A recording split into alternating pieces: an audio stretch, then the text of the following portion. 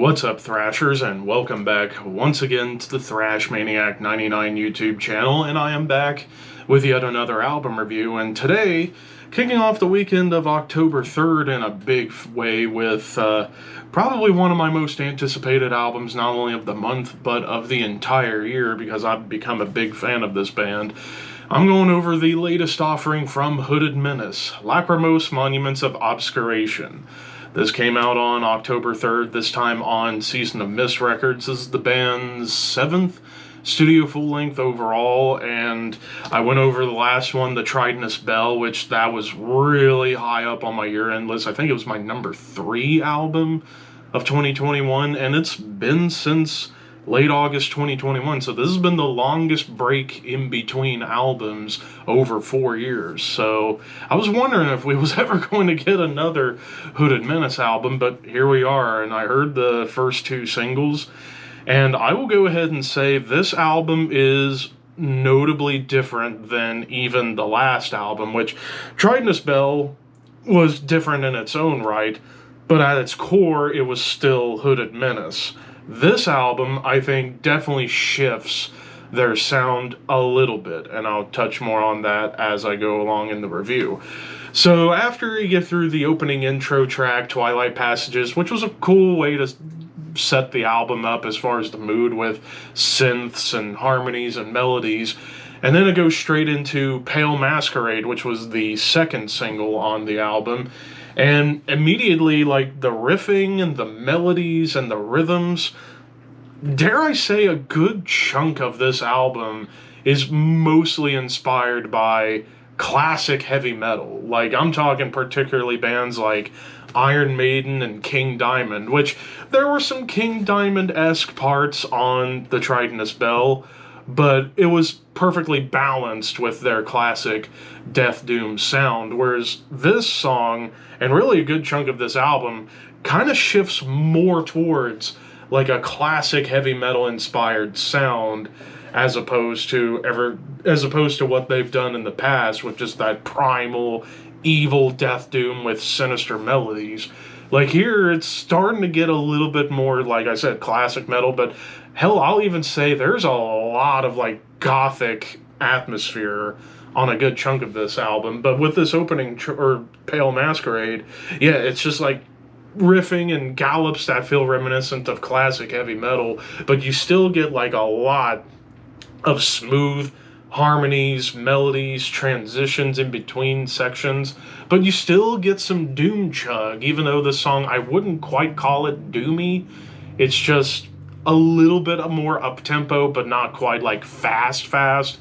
It's just kind of like a slightly slower classic heavy metal, but not really doomy until you get to this like really big chug. Now, I'll just go ahead and talk about the lead work. Lassie's lead work, I mean, he's such an underrated guitarist in general, like, great riff writer. Of course, there are awesome riffs on this album, but I feel his solos don't get enough shine in terms of, like, praise from fans. I think his guitar soloing and lead play, he's always been great about, like, doubling guitars to have that, like, harmonized effect when it comes to the leads where it sounds like twin guitarists, but it's really just him doing both the tracks. But he does such a great job at how he crafts the leads and the solos to really accentuate what's happening in the song.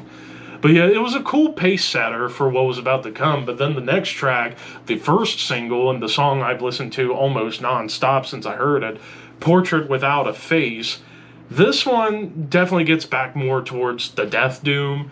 However, I would argue this isn't quite like old HOODED Menace.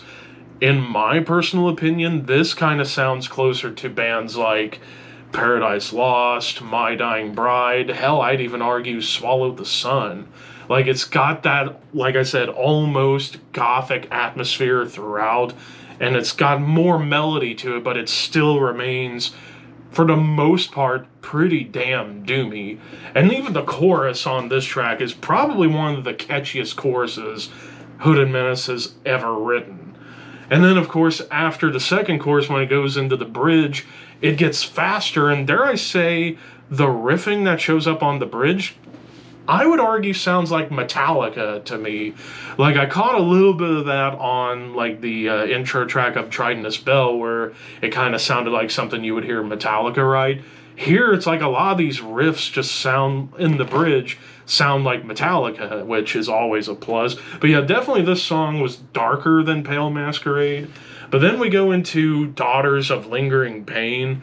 Cool drum intro, and then it gets into like a real evil, dark Death Doom melody that definitely sounds more like classic Hooded Menace, but also brings in a little bit of like a Swallow the Sun type vibe, where it soon starts to get a little bit lush and there's some more sweeter harmonies going on.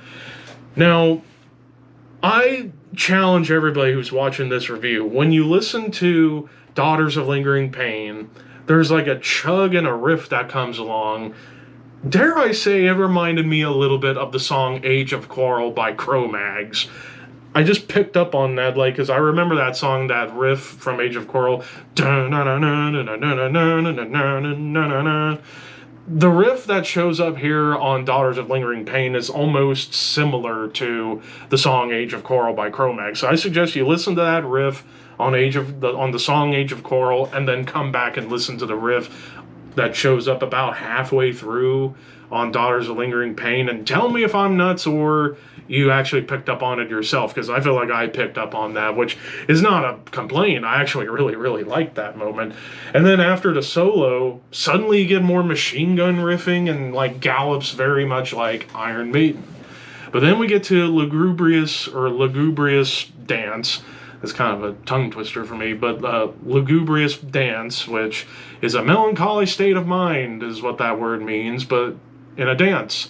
The song itself, it fades in with a nice chugging riff that actually definitely sounded like a leftover cut from Tridentous Bell, before it gets back into the classic heavy metal riffing and rhythms.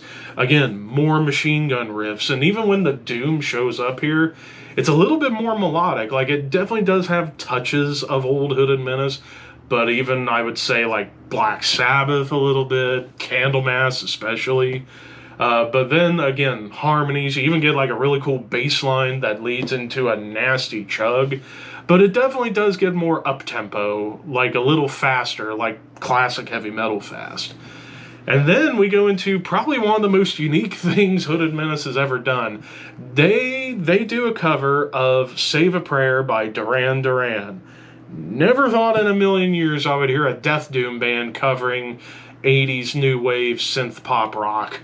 But here we are, and they actually put their own spin on the song. Like, it definitely sounds like something Hooded Menace would have written, just the lyrics are taken from Duran Duran. So I really think this might be one of the best covers Hooded Menace has ever done. And I like the cover they did of Wasp, The Torture Never Stops on Tridentous Bell.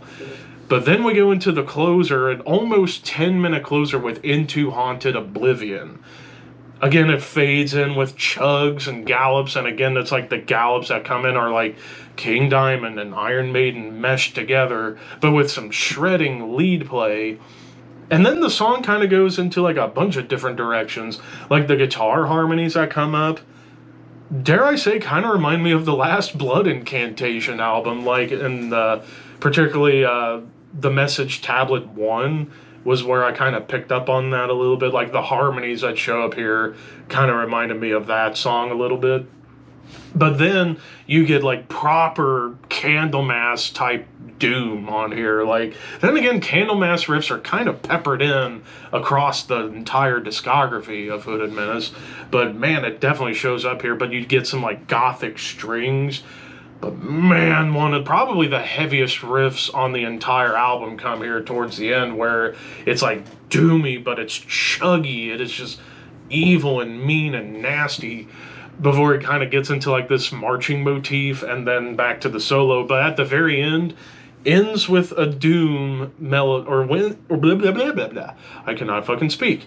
Ends with the doom, but with a cool tapping melody on top to bring the song and the album to a close. Now, production-wise, I thought the production on here was pretty damn solid.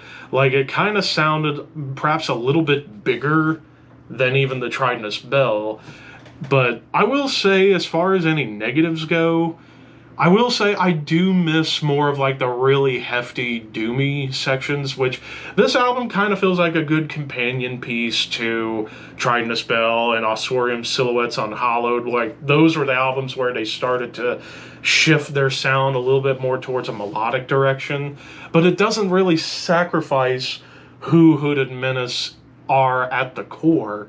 Whereas this album in particular, I will say, I wish there could have been, like I said, some more like hefty, doomy moments that kind of harken back to like Never Cross the Dead and Effigies of Evil, like those albums. But I think we got a solid trade-off of it. It's like, it's still Death Doom, but it's kind of gearing more towards the other side of Death Doom. Like, I always describe Death Doom as having two sides to the coin. You got the one side where it's just primal, heavy, nasty, but still has touches of melody. So talking like Asphyx and Winter and Disembowelment, like that side of things. That was what I always associated Hooded Menace as for the most part. Now they're kind of pushing towards the other side of Death Doom, which is a little bit more melodic and grand sounding. So Swallow the Sun, My Dying Bride, Recent Paradise Lost, November's Doom, like that side of the scale. But they still do it very well. This may not be my favorite Hooded Menace album, and it to me is a slight step down from Trident of Spell, but it's still a great album. I'm going to give this a 4 out of 5. It's not going to quite be my Death Doom album of the year, but this is still a great album, a great addition to the catalog. It's different, but they do it so damn well.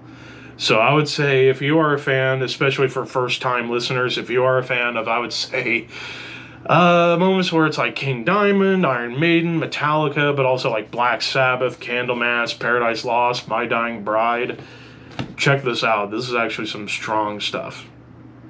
But of course, those are just my opinions. What did you guys think? Let me know in the comments below, and don't forget to like, comment, share, subscribe, all that fun stuff. Until next time, thank you for watching, keep your horns high, and your dreams wet.